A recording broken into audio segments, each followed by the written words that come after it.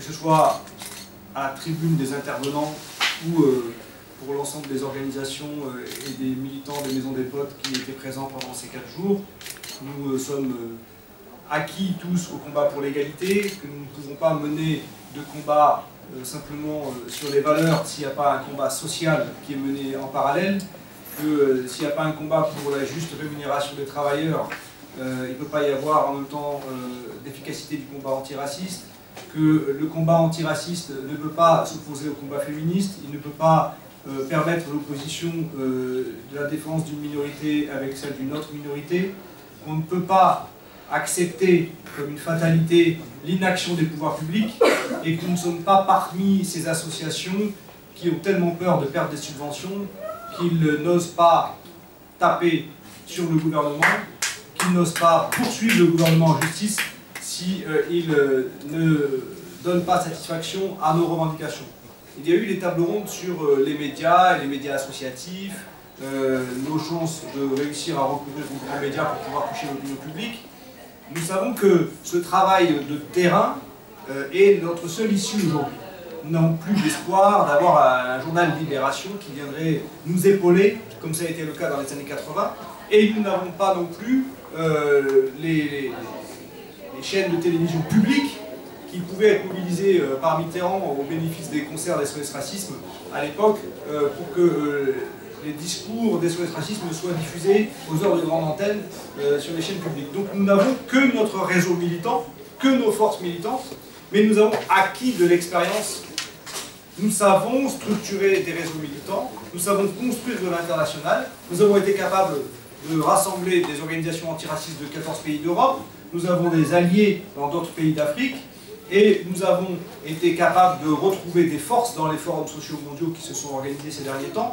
Nous avons la capacité de faire bouger des organisations autour de nous, et nous ne sommes pas désespérés de pouvoir augmenter la taille de nos mobilisations. Et c'est vrai que certains attendent le dernier moment, c'est-à-dire le moment où Marine Le Pen est au pouvoir, pour se réveiller, mais il ne faut pas croire que quand Marine Le Pen va arriver au pouvoir, on ne sera que cela pour l'affronter. Si elle prend la région de Nord-Pas-de-Calais, il y a des gens qui vont se dire « Waouh, il était temps que je me réveille !» Comme certains se sont réveillés quand ils ont vu Le Pen au 2e tour des présidentielles et qui se sont dit « Il est temps que je me réveille !» On ne peut pas être militant antiraciste si on n'est pas en même temps défenseur des droits de la femme, si on n'est pas en même temps défenseur des droits des homosexuels, si on n'est pas en même temps défenseur d'une autre catégorie de population que celle qu'on a choisi de défendre en premier lieu. Et le fait que nous ayons eu parmi nous des organisations comme le Pan-African Movement for Justice de Suède, qui a dit « Mais moi, oui, mon combat, c'est la défense des Noirs en Suède, mais je suis de tout cœur avec la défense de toutes les autres populations qui sont victimes de discrimination. Notre spécificité est celle-là, mais si nous participons à vos universités, c'est bien parce que nous ne sommes pas dans une idée de se regrouper qu'en tant que cran. Nous ne cherchons pas le cran, nous cherchons l'antiracisme. Et ce qui s'est passé dans ces dernières années, où on a vu le soutien incroyable que des formations politiques, encore aujourd'hui, pendant que nous sommes ici, des formations politiques encouragent des mouvements qui sont absolument pas antiracistes. Mais simplement, ils pensent que, comme ils n'ont plus finalement de relais au sein des populations immigrées, que s'il faut passer par des organisations claniques, eh bien pourquoi pas, parce qu'on n'a plus aucun relais dans ces populations. D'autres organisations nous ont dit qu'elles étaient avant tout des lobbyistes. Nous sommes des activistes du terrain, des procès contre les discriminations, etc. Mais eux, ils sont beaucoup dans les lobbyistes, ceux qui vont chercher à trouver des relais intellectuels et politiques au sommet du pouvoir. Il faut qu'on fasse ce travail-là aussi. Et la chance qu'on a, c'est quand même beaucoup de gens qui sont issus de nos rangs sont devenus des hommes de pouvoir intellectuels et politiques. Ils nous font le bénéfice de leur influence en venant participer à nos universités. Ils nous tendent la main en disant « mais sollicitez-moi davantage », il faut qu'on les sollicite davantage.